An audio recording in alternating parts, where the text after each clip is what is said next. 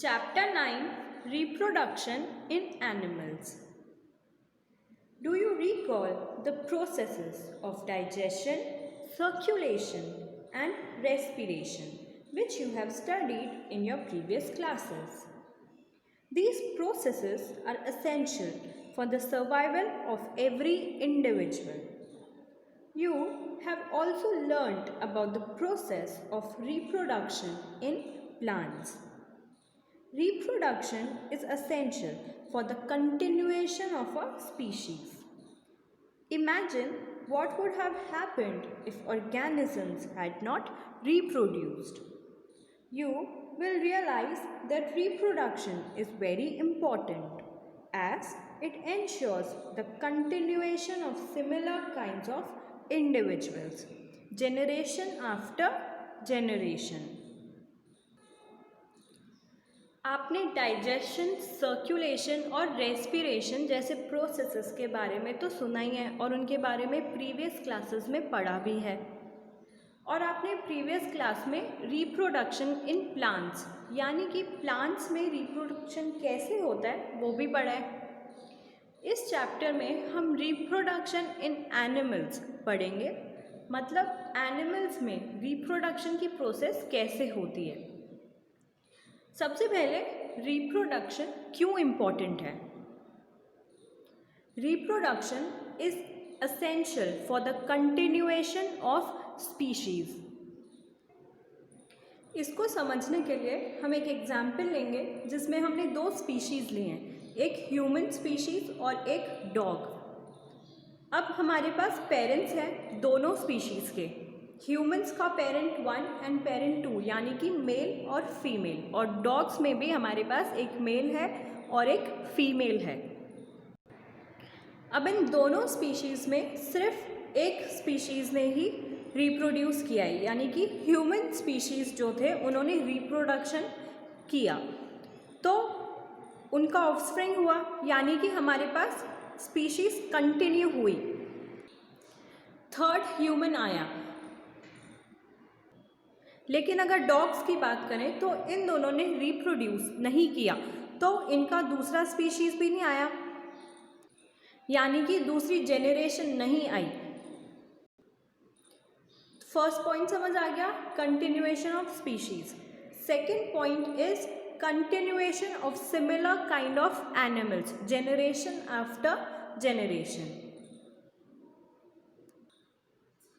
For example dogs ने भी reproduce किया तो उनकी ऑफस्प्रिंग हुई। अब जो नई जेनरेशन है वो पहले वाली जेनरेशन की तरह दिखेगी, डॉग्स की तरह दिखेगी, वो कैट्स की तरह तो दिखेगी नहीं। तो इससे क्या पता चलता है कि generation after generation similar kind of animals born होते हैं रिप्रोडक्शन की प्रोसेस में। जैसे ह्यूमंस हैं, ह्यूमंस में रिप्रोडक्शन हुआ तो नेक्स्ट जेनरेशन जो आई वो ह्यूमन ही होगा। तो हर जेनरेशन में सेम काइंड के स्पीशीज कंटिन्यू होते रहेंगे। Moving forward, mode of reproduction, किन किन तरह से रिप्रोडक्शन हो सकते हैं। Have you seen the young ones of different animals?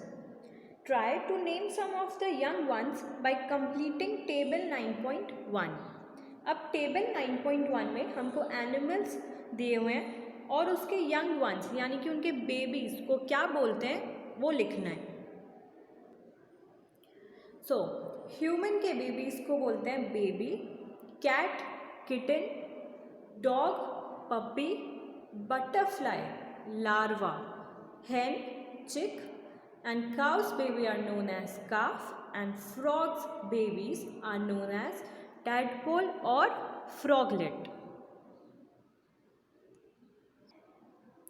ये टेबल देखकर आप अपनी बुक्स में कंप्लीट कर लेना।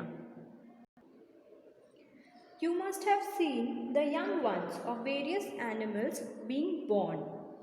Can you tell how chicks are born and how butterflies are born? How are caterpillars and puppies born? Do you think that these young ones looked the same before they were born? as they do now. Let us find out. Just as in plants, there are two modes by which animals reproduce. There are sexual reproduction and asexual reproduction. Plants की तरह ही animals में भी दो तरह से reproduction की process हो सकती है. First is sexual reproduction and second is asexual reproduction. First we'll take up sexual reproduction. Try to recall reproduction in plants which you have studied in class 7th. You will remember that plants that reproduce sexually have male and female reproductive parts. आपने previous chapter में ये पढ़ा था कि जो plants sexually reproduce करते हैं उनके पास रिप्रोडक्टिव पार्ट्स होते हैं, मेल और female. In animals also male and females have different reproductive parts और organs. Like plants, the reproductive parts in animals also produce gametes that fuse to form a zygote. Plants की ही तरह animals के reproductive parts जो होते हैं वो दोनों गैमेट्स प्रोड्यूस करते हैं जो फ्यूज होते हैं आपस में और फिर जाइगोट फॉर्म होता है. जाइगोट क्या होता है? फर्टिलाइज्ड एग सेल जो कि मेल और फीमेल गैमेट्स के फ्यूजन का रिजल्ट होता है और जाइगोट ही फिर एक अलग इंडिविजुअल में डेवलप हो जाता है.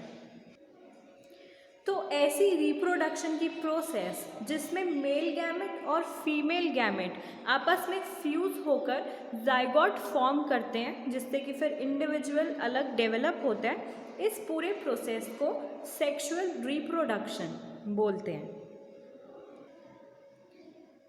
Like plants, the reproductive parts in animals also produce gametes that fuse to form a zygote.